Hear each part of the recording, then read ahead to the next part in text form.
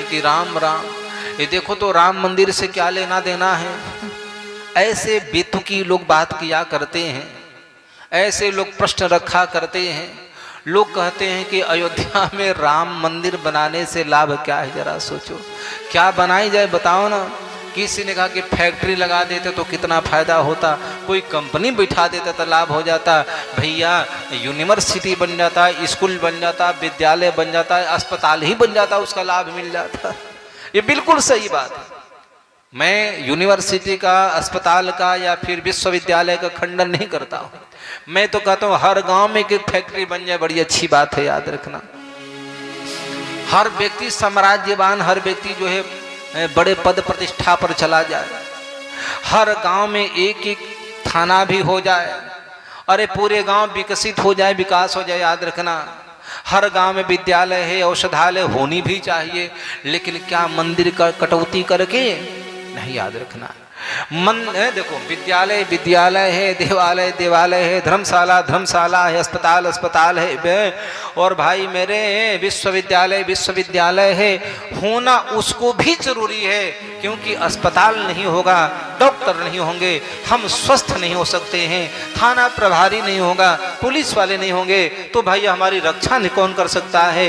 यदि विद्यालय नहीं है, शिक्षक नहीं है, गुरु नहीं है, तो हमको ज्ञान कौन दे सकता है। लेकिन एक बात सोचो, जब मंदिर नहीं होगा तो हम धर्म को कैसे बचा सकते हैं, हम पूजा किसके करेंगे, नहीं कर सकते हैं। इसलिए जितना जरूरी मकान दुकान जरूरी है, यूनिवर्सिटी विश्वविद्यालय अस्पताल जरूरी है, सड़क जरूरी है, उससे भी कहीं ज्यादा जरूरी हमारे जीवन में मंदिर की आवश्यकता है, याद रखना। लेकिन मंदिर नहीं होगा तो हम क्या करें। कितनी बार संकल्प हमारा ही होना चाहिए। इसलिए भैया पहले संत लोग उस गांव में नहीं जाते थे, शास्त्र मना करते हैं जिस गांव में देवालय न हो, मंदिर न हो, वहां नहीं जाना चाहिए संतों को। जिस गांव में वापी न हो, सरोवर न हो, तालाब न हो, कुआं न हो, उस गांव में नहीं जाना चाहिए। और फिर कहा करते थे कि जिस गांव में विद्यालय न हो, स्कूल न हो, उस गांव में भी नहीं जाना चाहिए।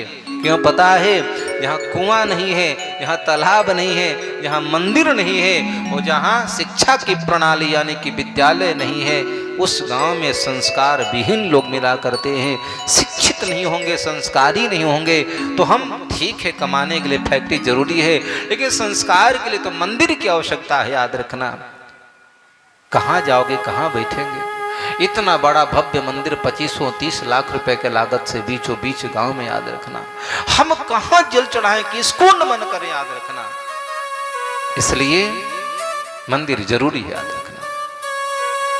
इसके लिए अनादिकाल से शास्त्रों में संतों का मत ही रहा, एक जो है संसार का सुख देने वाला है, और एक जो है संसार से जो परे दूसरा लोक होता है। एक लोक सुख को प्रदान करने वाला है और एक परलोक सुख को प्रदान करने वाला है। लोक सुख में ये सब मिल जाता है, और परलोक में फिर वहां मंदिर ही काम आते हैं, पूजा पाठ ही काम आता है। इसलिए शतम विहाय भोक्तव्यम सहस्त्रम स्नानम आचरित। शास्त्र कहते हैं कि 100 काम छोड़कर भोजन करो।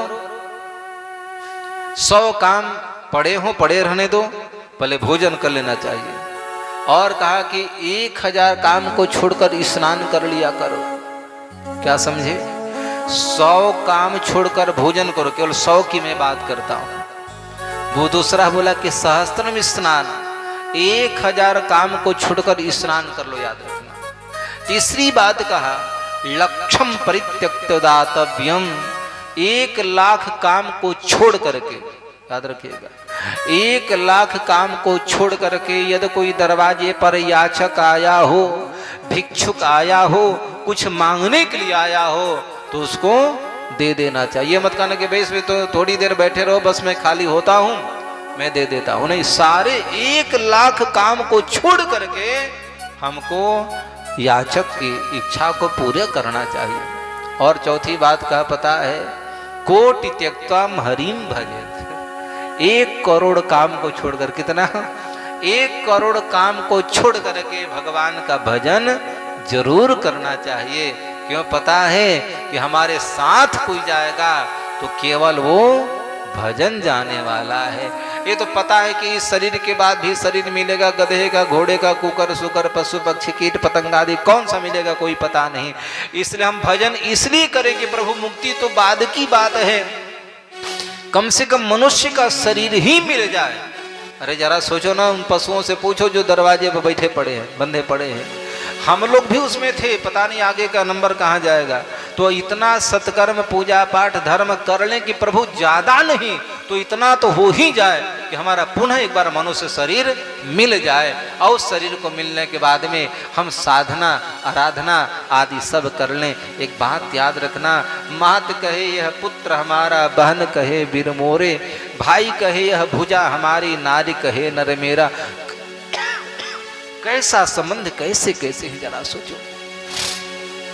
हम हैं, श्वासाएं चल रही, आंखें देख रही हैं, कान सुन रहा है, जीवा वाणी बोल रही है, हाथ काम कर रहे हैं, पैर काम कर रहे हैं, दिल दिमाग काम कर रहे हैं, ये सारे लोग अपने हैं, याद रखना। और जब हाथ पैर काम करना बंद कर दे, मस्तिष्क का एक नस कहीं ढीली पड़ जाए, नहीं दिमाग काम करे, फिर सोचना ये कैसे बर्ताव करेंगे लोग। और फिर रही बात, अंतिम बात, जब श्वास छूट जाए, प्राण निकल जाए, तो फिर देखना, ले चलो जल्दी, ले चलो, अब ले चलो, इसको ठिकाना लगा, होता है। अब ये बात सुचिंतनीय विषय है, यही गंभीरता पूर्वक विचार करना चाहिए। अब मेरा संबंधी कौन है, मेरा साथी कौन है, याद रखना। संतों का मत है, यह चलती गाड़ी दुनिया है, टिकट ले हम भी बैठे हैं, संभल कर चलना रे भाई, पराये संग में धोखा है। मित्रों ये सच बात है, हम एक पथिक हैं, याद रखना, हम एक यात्री हैं, हम एक जो है राही हैं, अपने राह को ढूंढने में लगे पड़े हैं, चले जा रहे, ठिकाना कहाँ मिलेगा। जैसे ट्रेन में बैठते हैं, कोई देहरी से पकड़ लिया, कोई भैया सासाराम से पकड़ा, किसी को बनारस जाना है, किसी को प्रयागराज जाना है, किसी को दिल्ली तक जाना हो, और आगे कई स्टेशन है। स्टेशन आया, गाड़ी छोड़ दिया, उसी प्रकार से ये शरीर मिला है, कहाँ तुम्हारा प्लेटफार्म जहाँ पर आ जाए। प्लेटफार्म यात्रा कर रहे हैं, यात्रा कौन सी, कौन सा संसार यात्रा में लगे पड़े हैं। पहुंचना कहाँ है, परमात्मा के पास पहुंचना है। खोज कहाँ है, खोज ईश्वर के खोज में लगे पड़े हैं। और जब तक ईश्वर नहीं मिला है, शांति नहीं मिल सकती है, कल्याण नहीं हो सकता है। अब बात यह है कि कोई रास्ता चलता है और फिर उद्देश्यों को भूल जाते हैं, भी तो होता है। उद्देश्य भूल गया, क्या करने आए थे, अरे बात तेज गए थे बाजार में, बाजार गए थे, दाल भी लेना था, थोड़ा सब्जी भी, हरी सब्जी लेनी थी, मिर्च मसाला भी लेना था, और वहां जाने के बाद में पता चला कि बात को भूल गए क्या लाना था। वही स्थिति हम संसारियों के हो गया है। यहाँ पर चकाचौंध में, खेल खिलौना में, संसार में आने के बाद में आए तो थे कुछ करने के लिए, आए थे कुछ लेने के लिए, और यहाँ पर तो हम कहीं पर और भटक जाते हैं। इसलिए भागवत एक रास्ता बताती है, गीता एक मार्गदर्शन कराती है, रास्ता दे देती है, याद रखना। संत के पास जाएंगे, रास्ता मिल जाएगा, याद रखना। एक ग्रंथ के सहारे ले लेंगे, रास्ता मिल जाएगा। और तीसरी बात याद रखिएगा, एक मंत्र के सहारे हो गए तो भी हमारा रास्ता मिल जाएगा। रास्ता ही नहीं, किनारा मिल जाएगा, याद रखना। जो उद्देश्य लिए हैं, संकल्प लिए हैं, उसकी प्राप्ति हो जाती है। इसलिए भैया मेरे, इन महाभारत की चर्चाओं को करते हुए मैं यही बताऊंगा, ऐसे महाभागवत परीक्षित महाराज जिसकी चर्चा आप लोगों ने सुनी है, याद रखिएगा, जिसने सर्वम त्यक्त्वाम हरिम भजे, सब कुछ छोड़ दिया, भगवत आश्रित हो गए, याद रखना। इतना बड़ा वैभव, इतना बड़ा साम्राज्य, इतना बड़ा पद, इतनी बड़ी प्रतिष्ठा। एक बात याद रखना, किसी के जीवन में साम्राज्य मिल जाए, सुख उपभोग नहीं कर पाता है। किसी के जीवन में सुख है, साम्राज्यवान नहीं बन पाता है। किसी के जीवन में ठीक है, दोनों है, लेकिन व्यक्ति धार्मिक नहीं हो सकता है।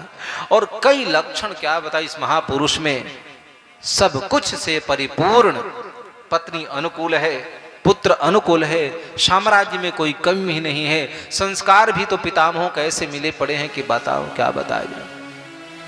और इतने सब कुछ होने के बाद भी हम एक मकान नहीं छोड़ पाते हैं, एक छोटा सा परिवार नहीं छोड़ पाते हैं, इतना साम्राज्य पद प्रतिष्ठा छोड़ कर कैसे चले गए थे, याद रखना।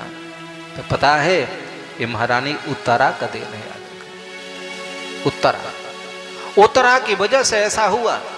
तब पूछा कि महाराज ये परीक्षित कौन है, याद रखना। आखिर इनके सन्मुख जो है परम विरक्त योगनिष्ठ हैं ऐसे शुकाचार्य महाराज आकर के, जो स्वयं कंदराओं में रहा करते थे और कंदराओं को छोड़कर, गुफाओं को छोड़कर किसी के दरवाजे पड़ने के महापुरुष, और 7 दिन तक बैठ करके श्री हरि की कथाओं को कैसे श्रवण कराएं, जरा बताइए ना।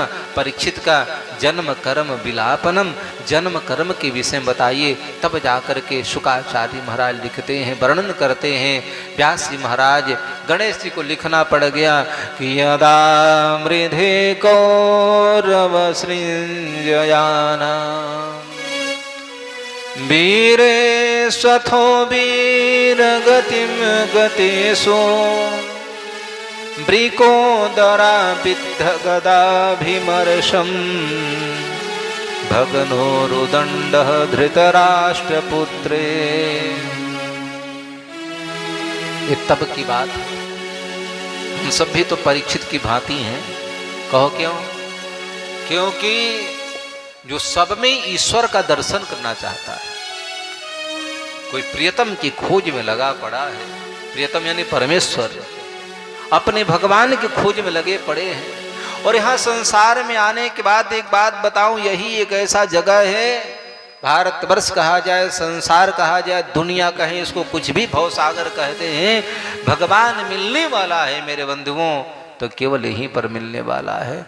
न तो स्वर्ग में मिलने वाला है, नरक की तो बात छोड़ो। ये मध्य का जो लोक है, जिसका नाम मृत्यु लोक है, यहाँ पर मिलेगा। तो यहाँ पर आने के बाद में ईश्वर की प्राप्ति का कामना करना,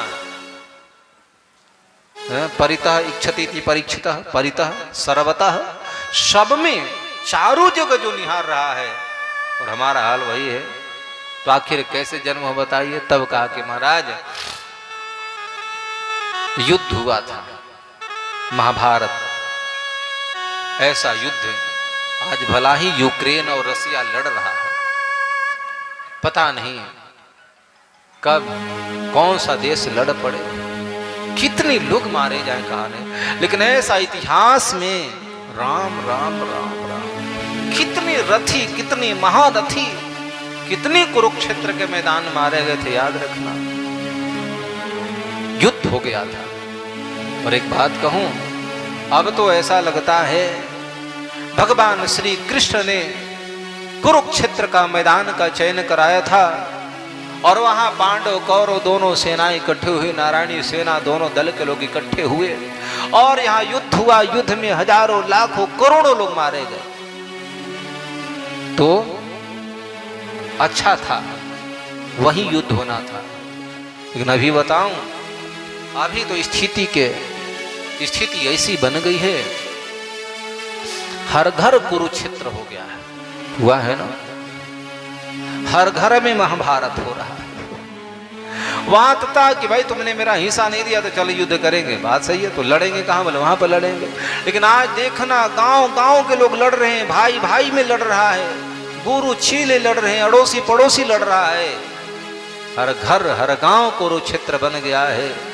भगवान श्री कृष्ण ने जिस प्रकार से प्रयास करके कुरुक्षेत्र के युद्ध को विराम देना चाहते थे, माने युद्ध बंद कराना चाहते थे, कृष्ण भी वहां पर असफल रहे, नहीं कर पाए। जैसे श्री कृष्ण ने प्रयास किया कि कौरव पांडव में संधि हो जाए, न्याय पूर्वक धर्म पूर्वक यथोचित जीवन को यापन किया जाए, लेकिन नहीं हो पाया। क्यों? कृष्ण ने गीता सुनाई थी, किसको पता है? दुर्योधन को। और सभा में बहुत सारे लोग थे, सबको प्रयास किए थे गीता सुनाने के लिए। क्या सुना गीता? नहीं, उस समय कृष्ण ने गीता सुनाया था। और आज सच बताऊं, हर गांव में जाकर के 2, 4, 10 किलोमीटर के अंतराल पर एक संत लोग गीता का प्रवचन करते हैं। गीता तो बंद होनी चाहिए थी। अर्जुन उस समय गीता हुआ सुनाए कृष्ण ने, महाभारत हुआ बंद हो जाना चाहिए, लेकिन नहीं, गीता बंद नहीं, याद रखना। क्या बात कही जाए, आज भी गीता भारत के सर्वोत्तम ग्रंथ माना जाता है, याद रखना। सोचे हैं आखिर ऐसा क्यों? आज वही गीता का शांति देने के लिए गीता के माध्यम बना करके संत लोग पहुंच रहे हैं, गांव गांव में जाकर गीता का संदेश देते हैं, याद रखना। अनन्यास चिंतयन्तो माम ये जनाः पर्युपासते तेषां नित्याभियुक्तानां योगक्षेमं वहाम्यहम्।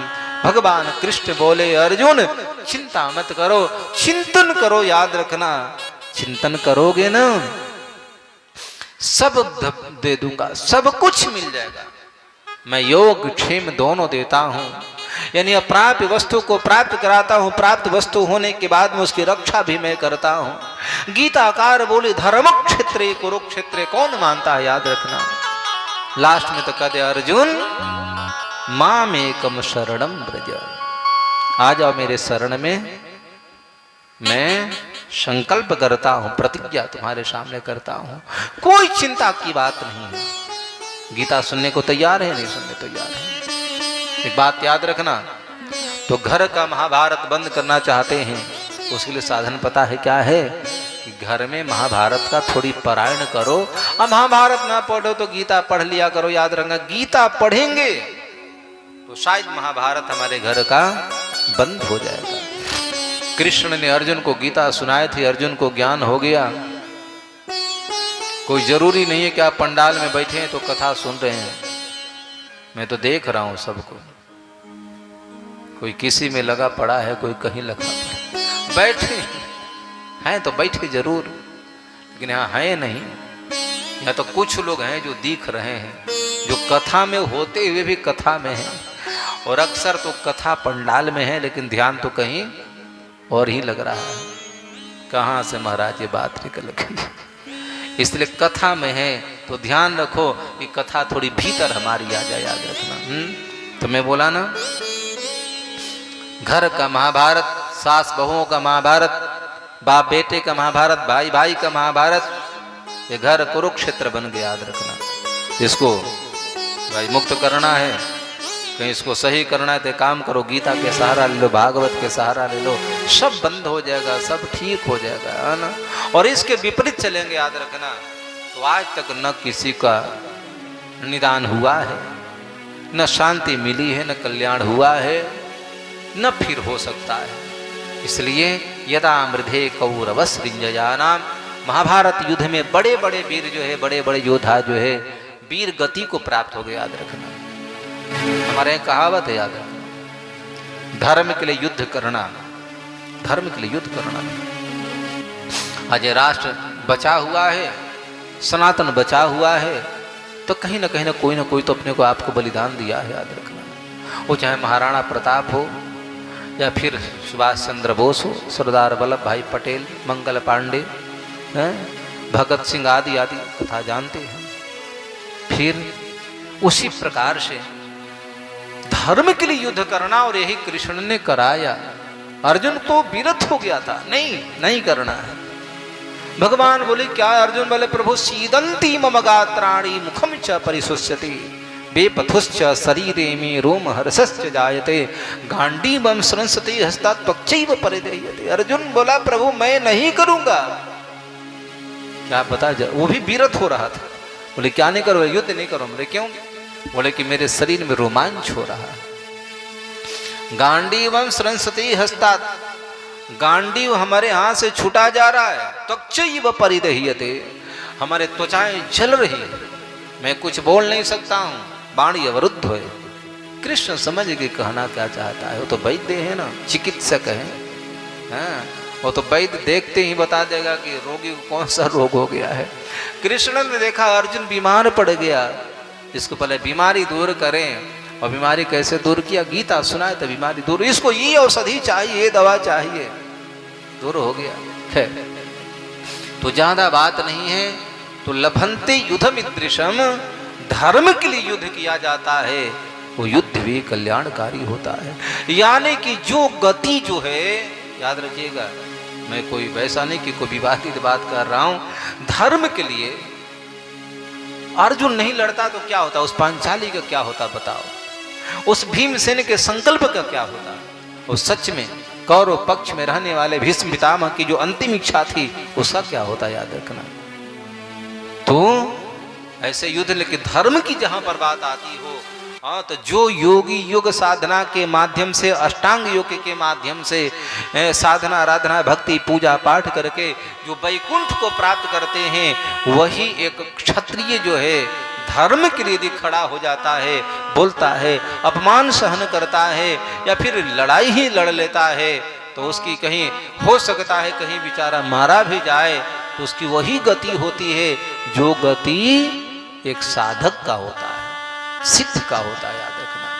लेकिन आज बात आ जाए धर्म की, हमको क्या लेना देना है, अगला जाने के लिए काम जाने बात तो ही आती है।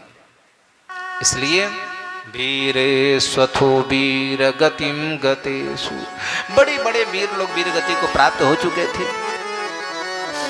द्रिकोदर भीमसेन की गदा से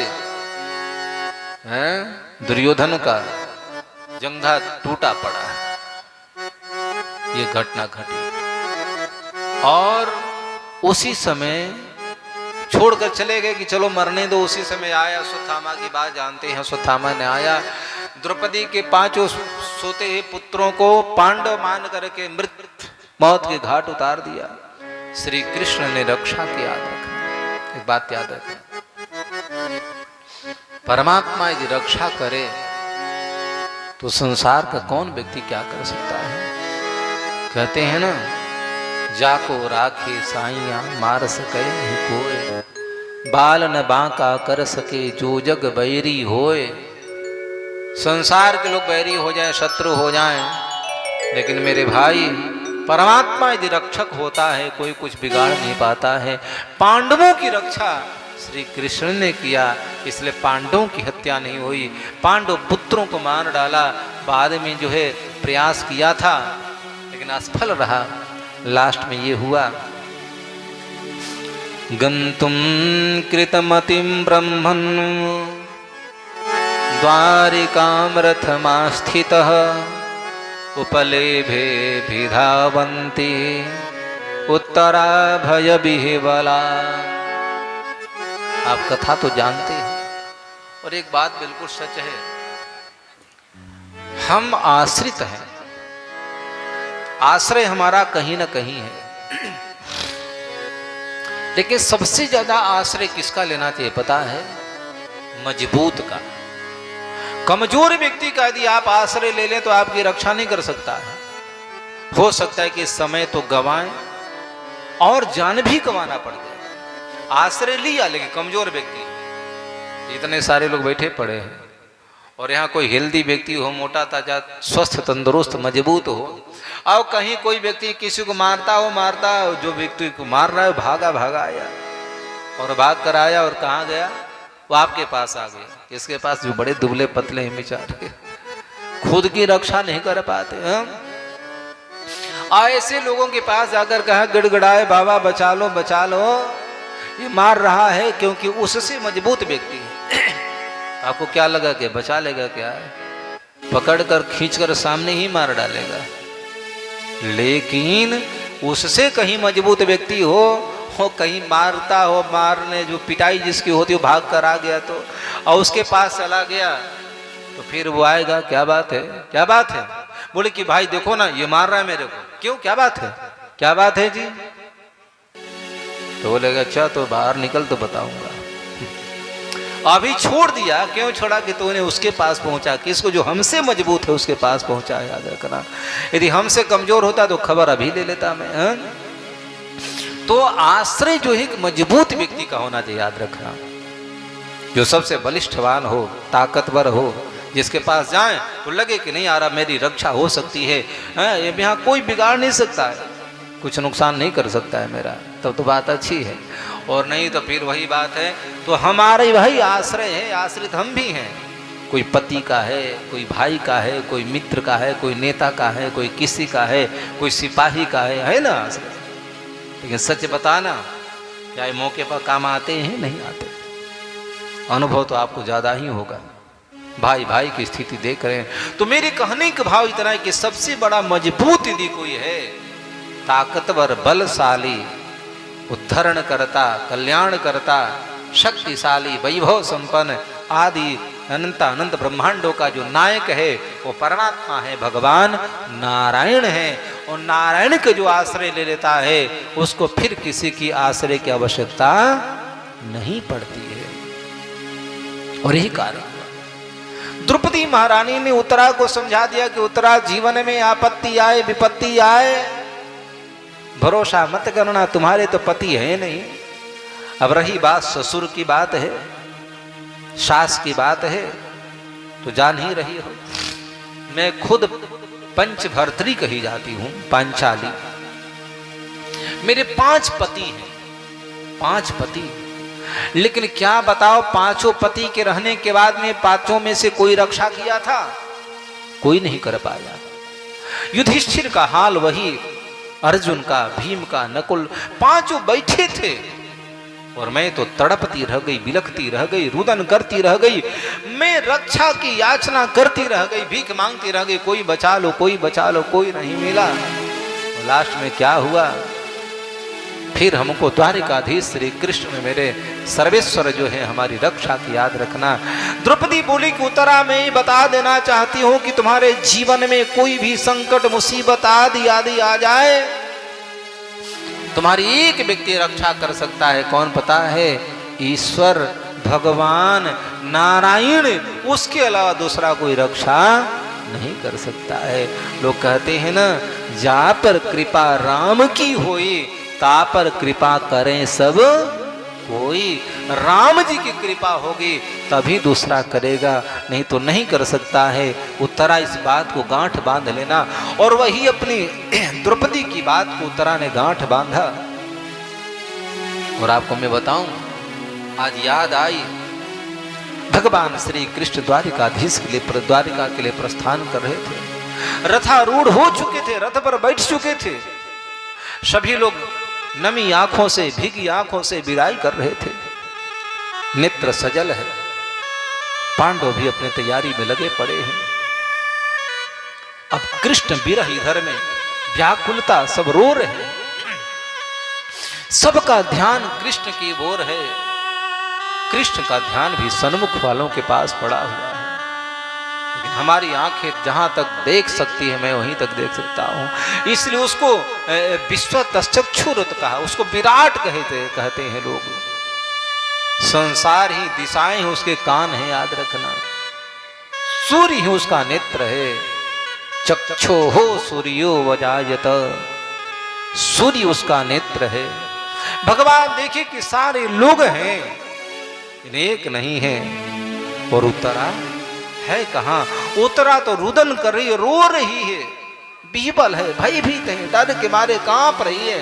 लगा अब प्राण निकलेगा कि तब प्राण निकलने वाले है। स्थिति ये बना पड़ा है।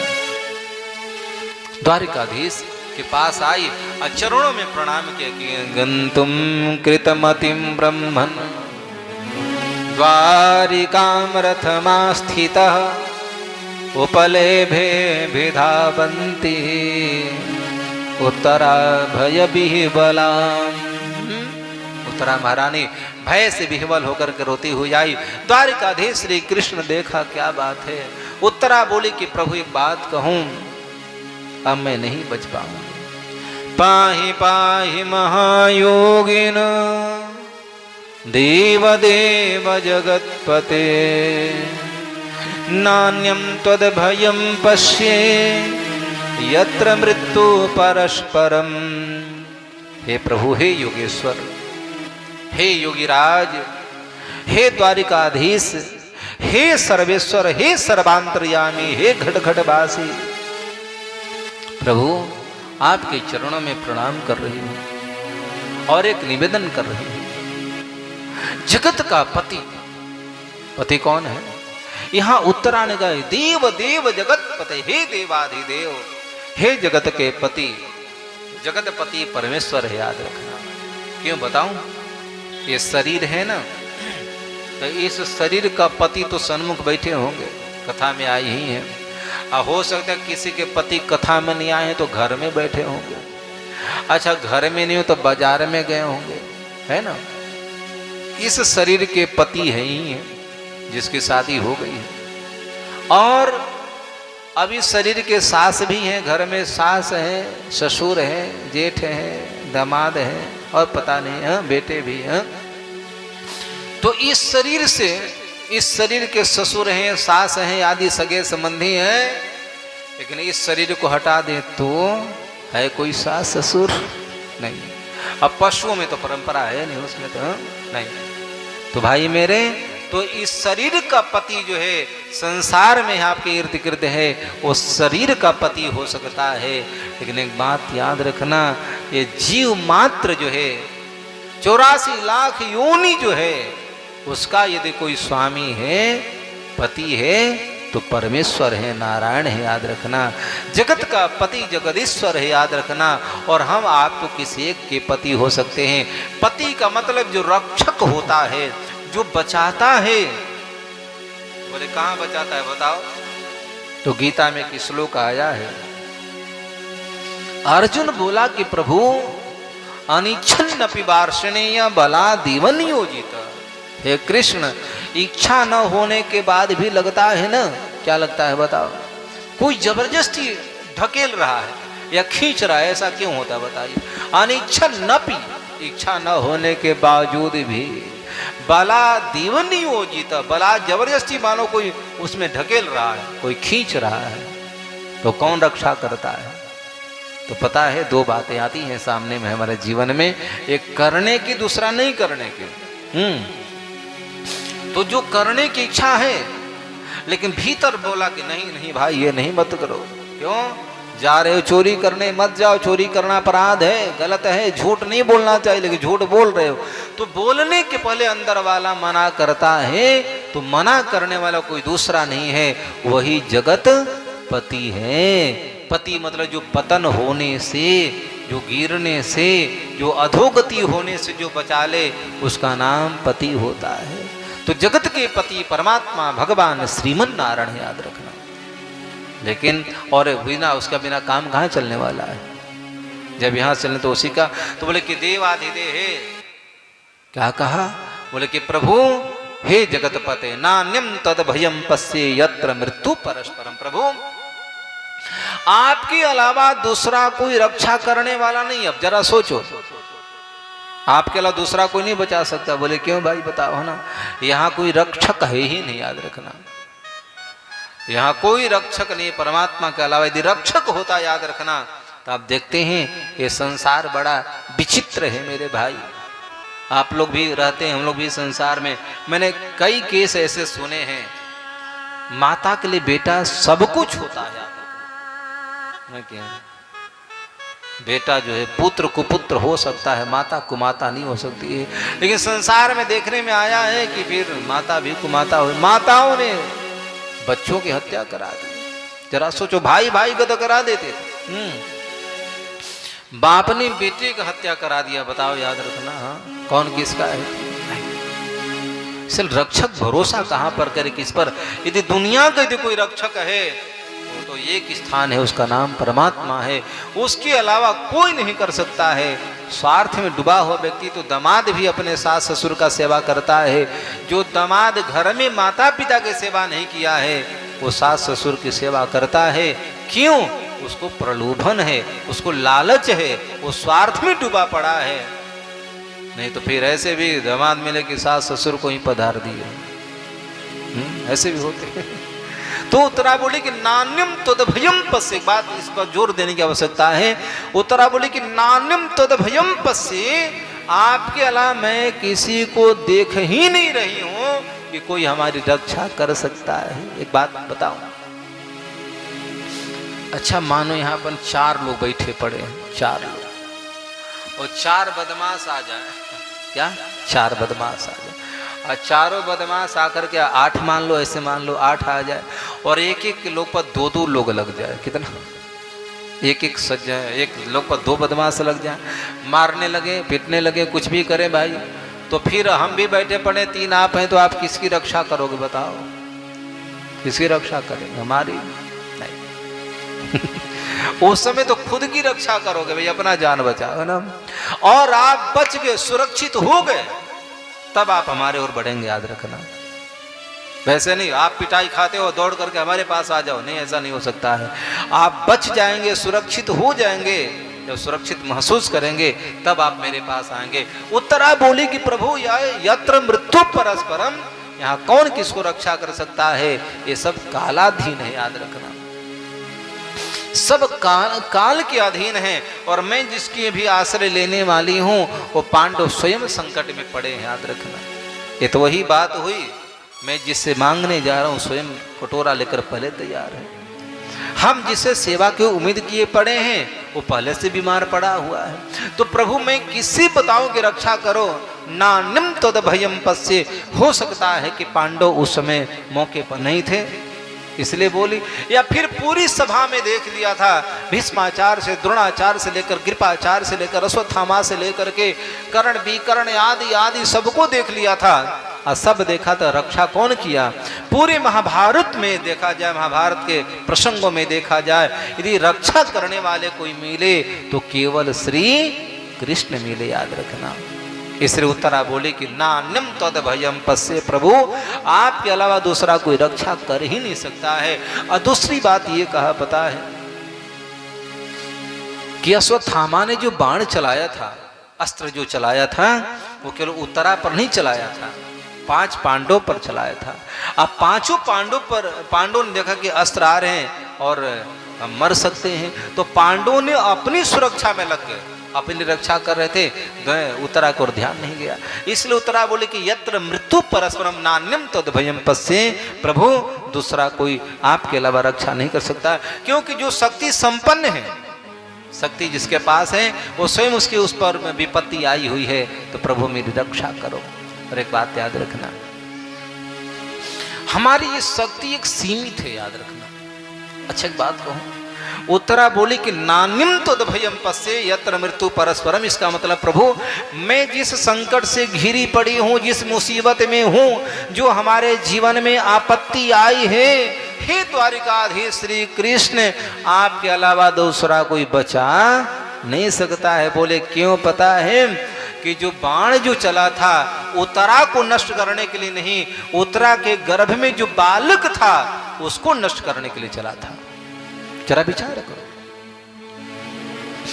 गर्भगत शिशु को अभी जैसे आप वो कहते हैं, क्या करते हो सब, बोल गोविंद भगवान की, जब पता लगता है कि गर्भ में जो कोई बच्ची है तो सोनोग्राफी अल्ट्रासाउंड करा करके, एक्सरा अल्ट्रासाउंड करा करके और उसको जो है गर्भपात करा देते हैं, तो माँ सुरक्षित हो जाती है, माँ की रक्षा तो हो जाती है, लेकिन गर्भ में जो बच्ची है या बालक है उसकी हत्या हो जाती है। तो उत्तरा बोली कि प्रभु यत्र मृत्यु परस्परम नान्यम तद भयम पश्ये, यहाँ मैं देख रही हूँ ये लोग मेरी रक्षा कर सकते हैं, लेकिन बाण मुझ पर चला है, लेकिन मेरे को मारने के लिए नहीं। इसका उद्देश्य क्या था अश्वत्थामा का पता है, गर्भ में जो बालक है उसको मारना था। अब बताओ जरा सोचो, क्या इस काम को पांडव कर सकते हैं? इस काम को अर्जुन कर सकता? नहीं कर सकता। तब बोले कि यत्र मृत्यु परस्परम, एक दूसरे के यहाँ काल बने पड़े हैं महाराज, मौत बने पड़े हैं, मौत शत्रु। जैसे उदाहरण दिया कि जैसे बड़े बड़े जीव छोटे छोटे जीव को नष्ट कर देते हैं, मार डालते हैं, ऐसी संसार का नियम है कि प्रभु यहाँ पर बहुत बड़े लोग, उभरे हुए लोग, शक्ति संपन्न लोग असहायों को मदद नहीं करते हैं। यहाँ तो शक्ति का दुरुपयोग करके कमजोर लोगों को और दबा कर रखा पड़ते हैं, दबा कर रखते हैं, अपना उपयोग करते हैं। इसलिए आप हमारी हमें अभिद्रवती मामीश सरस्तप्ता यशो विभो कामं दहतु मां नाथ मामे गर्भो निपात्यताम। हे प्रभु अभी द्रवती मामेशा सरस्तप्ता यशो विभो, हे प्रभु ये सामने से जो अस्त्र आ रहा है ये लगता है कि हमको जलाकर भस्म कर देगा। प्रभु मैं जल जाऊं कोई बात नहीं, लेकिन मेरे गर्भ में जो है एक बालक पल रहा है, अज्ञात नवजात शिशु, गर्भगत बालक, और ये नष्ट हो जाएगा तो हस्तिनापुर के साम्राज्य को, राज्य को कौन संभालेगा प्रभु? तो आप जिस काम के लेकर, उद्देश्य को लेकर आए हो, आपका उद्देश्य पूरा नहीं हो पाएगा। इसलिए आप, मैं मर जाऊं कोई बात नहीं, लेकिन मेरे गर्भ की रक्षा होनी चाहिए। देखो ये बात है ना। और एक बात बताऊं, यही कारण हुआ कि द्वारिकाधीश श्री कृष्ण जो है एक बार में उत्तरा एक बार बोली, तत्क्षण जो है कृष्ण समझ गए, वो जान गए कि तो भाई ये तो अश्वत्थामा का करामात है, इसकी दुष्टता है। उसके मन में विचार कैसे आया, तत्क्षण जो है भगवान उत्तरा के गर्भ में प्रवेश कर गए। बोल भक्तवत्सल भगवान की, द्वारिकाधीश भगवान की जय हो।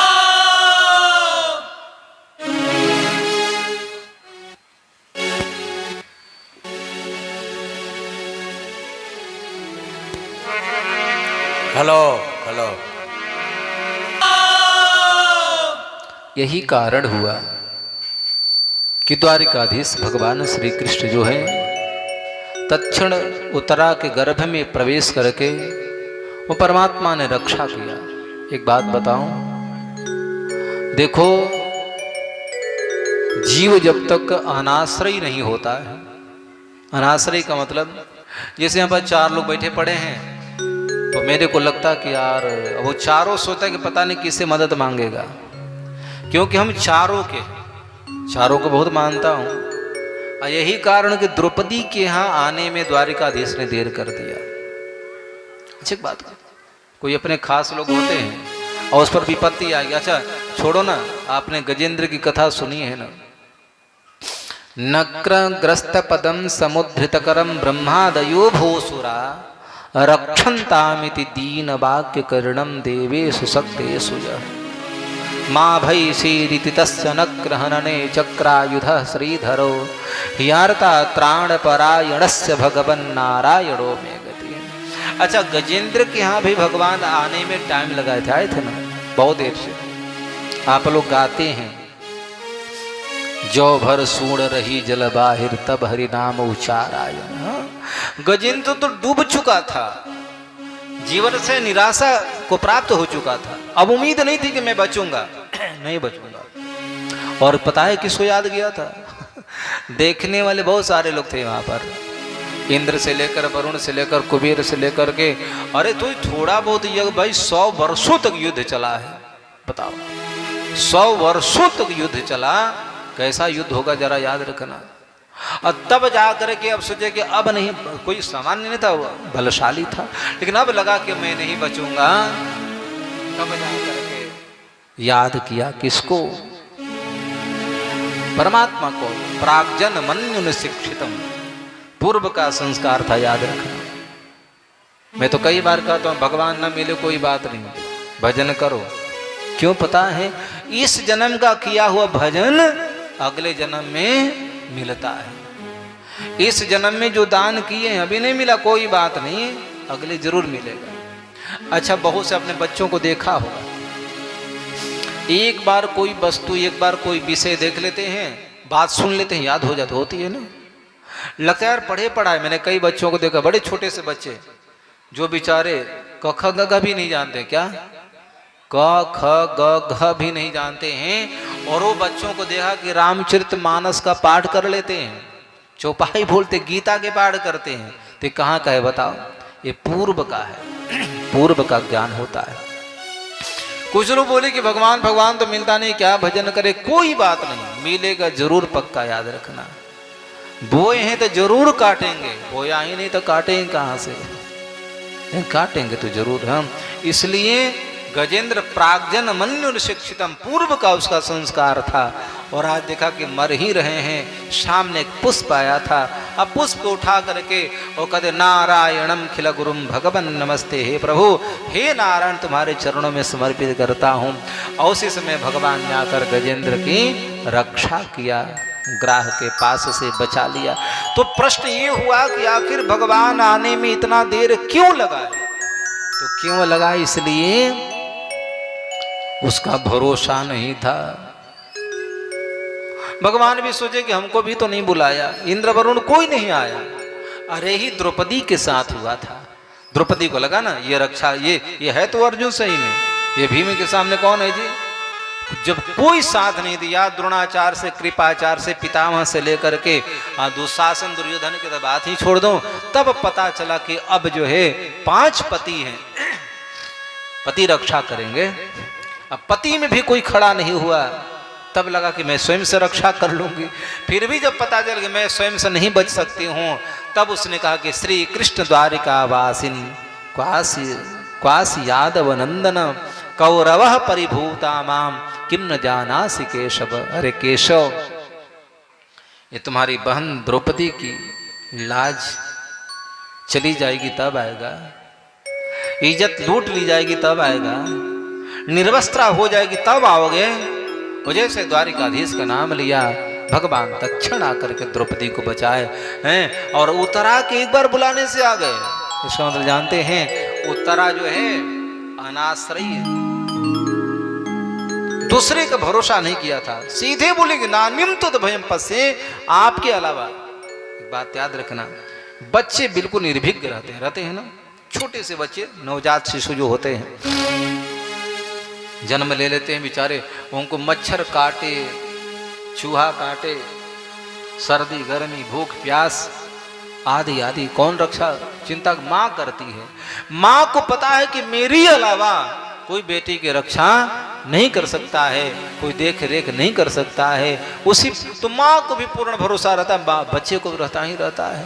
उसी प्रकार से याद रखना, उत्तरा को लगा कि परमात्मा के अलावा मेरा कोई रक्षा नहीं करेगा, तब बोले कि प्रभु नान्यम तो भयम पस्से, और भगवान को आना पड़ा, क्योंकि परमात्मा के अलावा दूसरे को नहीं बुलाई, इसलिए भगवान जल्दी आ गए। और हमारे पास भगवान इसलिए नहीं आते हैं कि हमारे हजारों हजारों मदद करने वाले खड़े हैं। हमारे तो भाई ये भी हैं वो भी हैं, तुम नहीं दोगे वो देगा, वो नहीं देगा वो देगा, वो नहीं देगा वो देगा। जब शादी घर में होती है, कोई कार्य प्रयोजन होते हैं, फंक्शन वगैरह, उसमें देखना, अच्छा वो धोखा दे दिया, अच्छा धोखा दे दिया, चल अब उसके पास चलते हैं। अच्छा उसने भी यार सही उत्तर नहीं दिया, उसने भी ऐसे ही बेरुखी बातें किया, बोले चलो कोई बात नहीं उसके पास चलते, वो है तो सही। 2 4 10 दरवाजे जाते हैं, मदद कहीं से नहीं मिल पाता है। तब बोला कि अब तो भैया परमात्मा के हाथ में है, अब वो चाहे बेटी का, हमारे आयु अतिथि का इज्जत रखे या ना रखे, याद रखना। और जब पूर्ण भरोसा कर लेते हैं, जिसके दरवाजे पर गए थे वो मदद करने नहीं आया, लेकिन जिसके दरवाजे पर नहीं गए थे वो रुपया से पैसा से आपके पास में खड़े हो जाता है। उसको आपने नहीं बुलाया है, उसको भगवान ने स्वयं भेजा है, क्योंकि आपको विश्वास हुआ कि उसके अलावा कोई करने वाला अब नहीं है, याद रखना। यही कारण उत्तरा के जीवन में घटित होता है। और भगवान गर्भ में प्रवेश की। अब एक बात बताऊं, यहाँ पर भगवान श्री कृष्ण परीक्षित की यानी उत्तरा के गर्भ की रक्षा किए, बालक की रक्षा किए। अब आपको क्या लगता है वहीं तक मामला है क्या? भगवान ने उत्तरा के गर्भ की रक्षा किया, बात यहीं तक है? नहीं नहीं मेरे भाई,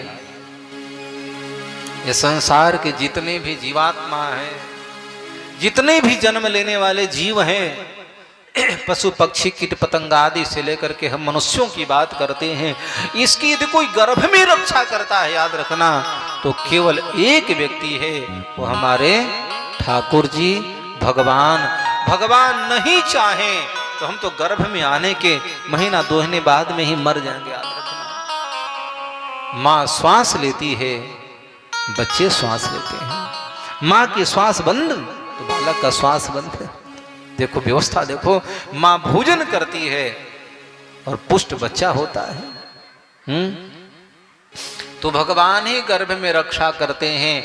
तो आज आप मानो, आप हम हैं आप हैं, और कोई भविष्य में होगा, तो इसमें सबका श्रेय योगदान जो है तो परमात्मा का है। परमात्मा ने हम सबकी रक्षा किया है, इसलिए उत्तरा ने बाद में उस बालक का जन्म दिया था। और बालक के जन्म होने के बाद में क्या जन्म कर्म विलापनम, अद्भुत बालक का जन्म। अथ सर्वगुण पेतः कालः परम शोभनम। जब सर्व कुछ अनुकूल हुआ, ग्रह योग बल आदि आदि, तो बालक ने जन्म लिया। संसार का पहला बालक है कि जिसने जन्म लेते ही ईश्वर की खोज करने लगा।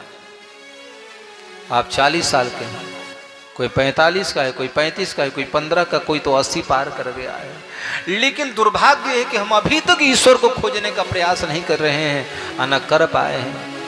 लेकिन इस संसार का पहला बालक है जिसने जन्म लिया और जन्म लेने के बाद में ईश्वर को खोजने लगा, भगवान को खोजने लगा। और एक बात याद रखना, जिन ढूंढा तिन पाइया, जिसने ढूंढा है उसको मिला जरूर है, और जिसने ढूंढा ही नहीं है उसको कहाँ से मिलेगा। कबीर, सुर, मीरा, रसखान आदि आदि ने ढूंढा है, मिल गया है, हमने नहीं ढूंढा है। मैंने तो रुपया ढूंढा हूँ, मैं तो प्रतिष्ठा ढूंढा हूँ, मैं परिवार ढूंढा हूँ, मैंने पत्नी ढूंढा, मैंने बच्चे ढूंढा, मैंने मित्र ढूंढा, लेकिन याद रखना कोई है परमात्मा को ढूंढने वाला नहीं है। और सही बताऊं, इस व्यास मंच से आज बता दूं मैं, जिसने भगवान को ढूंढा है, हनुमान को ढूंढा है, गुरु को खोजा है, उसके जीवन में जरूर मिला है।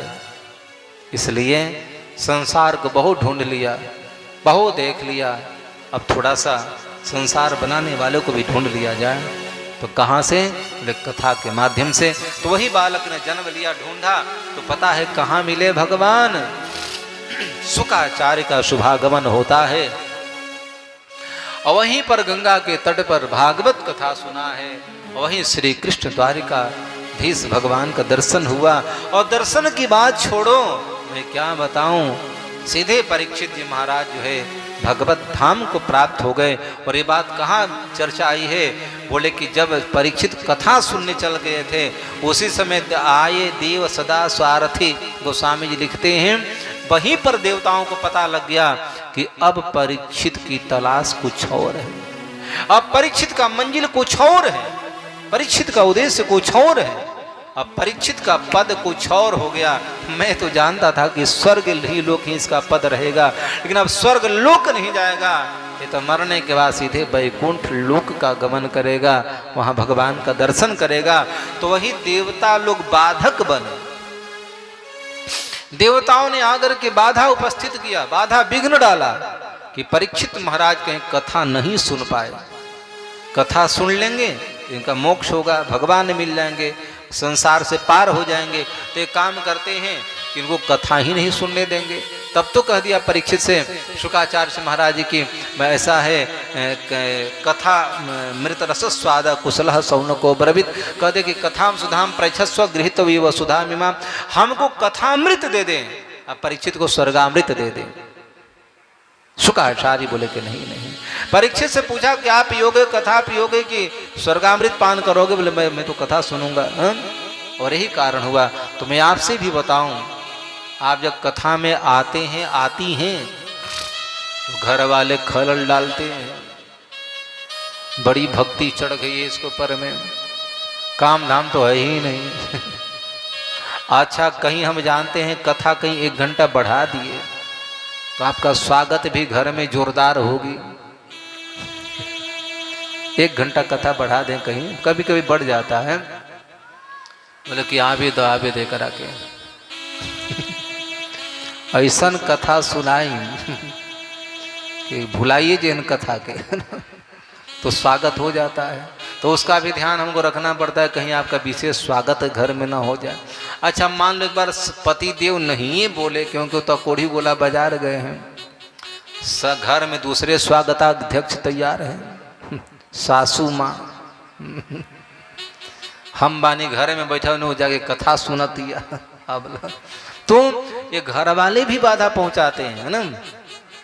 अब छोटे छोटे बच्चे हैं, ख्याल तो रखना पड़ेगा, पति का भी ख्याल रखना पड़ेगा, सास ससुर का भी, लेकिन कहीं उसमें कोई काम आ गया और नहीं कर पाए तो मामला गड़बड़ है। तो वहाँ तो कोई और आया नहीं, विघ्न डालने के लिए देवता लोग ही आगे। इसका मतलब मैं बताऊं कि आप जब कथा सुनने जाते हैं, कथा समझो या बात अलग है, कथा समझ में आए तो ठीक है, नहीं समझे तो भी ठीक है, कथा सुनो तो सुनते सुनते समझ में आएगी। लेकिन उसमें विघ्न क्या है? संसार के संबंध है, और संबंधी सारे बाधक होते हैं। व्यवधान डालते हैं, विघ्न डालते हैं। तो इसलिए सारे काम धाम करके 2-3 घंटे का जो टाइम मिलता है इसको जरूर सुनना चाहिए। और आपको मैं बताऊं, इतना ही समय देने से, घंटा 2 घंटा जो समय आपने दिया है, ये आपका जो है कभी ना कभी एक ऐसा संयोग बनाएगा कि आपको भगवान से मिला देगा, ईश्वर से मिला देगा। इसलिए जरूर कथा सुनना चाहिए। और वही परीक्षित महाराज कथा सुने और कथा सुनने के बाद में वैकुंठ गमन किए और वहाँ पर जाकर के जीव शिव एक हो जाते हैं, भगवान को प्राप्त हुए। तो हमको भी भगवान को प्राप्त करना है तो कथा सुनो, और संसार के प्राप्त करना तो संसार में लगे रहो, कौन रोका पड़ रहा है। इस प्रकार से बोल गोविंद भगवान की। परीक्षित महाराज बेचारे, पांडवों का स्वर्गारोहण हुआ, परीक्षित राजा बने, द्वारिकाधीश श्री कृष्ण अपने स्वधाम गमन किए थे। इसके बाद पांडव राजा बने। अब पांडव जब स्वर्गारोहण किए तो परीक्षित को बड़े हो गए थे, राजा बना दिया। और इनको राजा बनाने के बाद में चल दिए। पांडवों का स्वर्गारोहण के बाद में सब गए अपने स्वर्गादि लोकों को। इसके बाद में शादी होती है, जन्मे जयादि चतुर, 4 बेटे हो जाते हैं। राज्यपाठ ठीक ठाक से चल रहा था। जन्मेजय पुत्र बड़ा है और काफी बड़ा भी हो गया था, लेकिन दैव योग से महाराज परीक्षित से एक बार भूल हो गई थी। एक संत के गले में सर्प डाल दिया था, एक कलयुग की वजह से, जिसके वजह से संत के पुत्र ने श्राप दिया, परीक्षित की मृत्यु हुई। और वहीं पर प्रश्न था कि किम श्रेय शास्त्र सारः कह स्ववतार प्रयोजनम किम कर्म के बतारश्च धर्म कम शरणम गतः। तो श्रेय का साधन क्या है, ये बात जो है सूत जी महाराज ने शौनकादिक ऋषियों से पूछा है, और ये मैं उत्तर कल देने का प्रयास करूंगा। आइए हरि नाम स्मरण करते हुए आरती का दर्शन प्रसाद देकर पुनः प्रस्थान करेंगे। नारायण जय श्रीमन्नारायण। बोल गोविंद भगवान की।